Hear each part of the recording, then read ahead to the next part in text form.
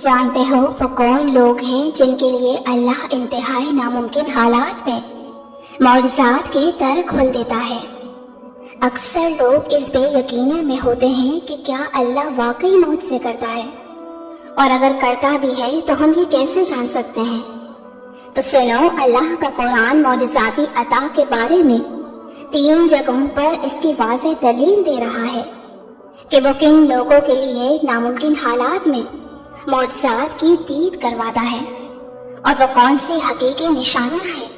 قرآن کہتا ہے، اور اللہ تمہیں اپنی بخشش اور فضل کی امید دلا رہا ہے، اور اللہ بڑا فراخ دست اور دانا ہے، اور وہی تو ہے جو تمہارے سامنے بجلیاں چمکاتا ہے، جسے دیکھ کر تمہیں اندیشے بھی لاحق ہوتے ہیں اور امیدیں بھی ملتی ہیں۔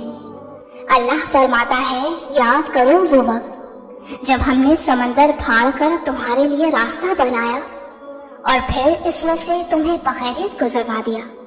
اگر آج تم معجزاتی عطاؤں کے انتظار میں ہونا تو یہ 2 باتیں ضرور جان لو۔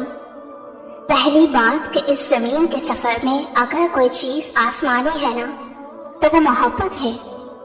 پتہ ہے جب تمہارا امید بھرا وہ ایک آنسو رب کی محبت کے سمندر میں گرتا ہے نا تو لہروں میں سرگوشیاں پیدا ہو جاتی ہیں، اور پھر رب کی رحمت کا جوش تمہارے لیے وہ انجان در کھولتا ہے جو تمہارے وہم و گمان میں بھی نہیں ہوتے، کیونکہ مقدر کی تقسیم تو اسی وقت بدل جایا کرتی ہے جب کوئی ٹوٹا انسان اللہ کی بارگاہ میں انتہائی تکلیف کی حالت میں آنسوں سے دعا مانگ لیتا ہے۔ وہ دعا عنقریب قبولیت پا کر اس کے حق میں معجزہ خاص ہونے کا سبب بنتی ہے۔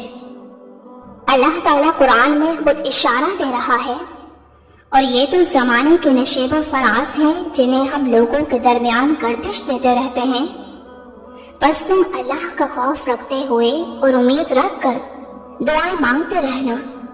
اور جن لوگوں نے کہا کہ اللہ ہمارا رب ہے اور پھر وہ اس پر ثابت قدم رہے، تو یقیناً ان پر فرشتے نازل ہوتے ہیں اور ان سے کہتے ہیں کہ نہ ڈرو اور نہ ہی غم کرو، اور خوش ہو جاؤ اس منزل کا جس کا ہم نے تم سے وعدہ کیا ہے، اور ہر وہ چیز جس کی تم تمنا کرو گے وہ تمہاری ہو جائے گی۔ یہ ہے سامان ضیافت اس ہستی کی طرف سے جو غفور و رحیم ہے۔ سنو، اگر آج تمہیں کسی چیز کی کوئی محرومی ہے یا کسی کے دیے ہوئے دکھ سے تمہیں بہت اذیت ہو رہی ہے اور تم اللہ سے اس کی مدد اور معجزے کی تلاش میں ہو، تو سنو، تم اپنی وہ پاکیزہ صفات تلاش کرو جو تم میں بدرجہ عطا موجود ہے۔ تم اپنی قدر و منزلت کو پہچانو گے نا تو ان قریب جاگتی آنکھوں سے وہ معجزاتی خوشیاں پاؤ گے جس کا تم نے کبھی اندازہ بھی نہ کیا ہو۔ ایک حدیث سے ثابت ہے، نبی کریم صلی اللہ علیہ وآلہ وسلم نے فرمایا کہ اللہ تعالیٰ تمہارے جسموں کی خوبصورتی نہیں دیکھتا اور نہ ہی تمہاری شکلیں دیکھتا ہے، اس کی نظر تو تمہارے دلوں اور اعمال پر ہوتی ہے۔ اگر آج تم اپنی سوچ، نظریات اور ترجیحات میں ایک مثبت تبدیلی لے آؤ گے تو بدترین حالات میں ہی اللہ کی بہترین عطا پالو گے۔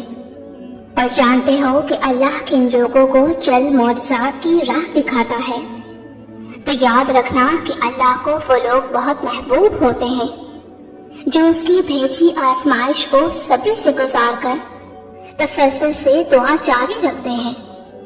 جان رکھو، تمہاری تسلسل سے مانگی دعا تمہارے نصیب میں جلد ایک خوبصورت چینج لے کر آتی ہے، اور تمہارے نصیب میں موجود دشوار رکاوٹیں زمین بوس ہو جاتی ہیں۔ تمہاری بار بار مانگی دعا تمہاری قوما سے بڑا اجر رکھتی ہے۔ قرآن کہتا ہے کہ میں اپنے پروردگار سے دعا مانگ کر محروم نہ رہوں گا۔ کہہ دو میرے ان بندوں سے جنہیں حالات ناممکن لگ رہے ہیں، میں ہر شے پر پوری قدرت رکھتا ہوں۔ تم اس وقت کو یاد کرو جب تم اپنے رب سے فریاد کر رہے تھے اور ہم نے تمہاری دعا سن لی۔ اس کی تو شان یہ ہے کہ جب وہ کسی چیز کا ارادہ کرتا ہے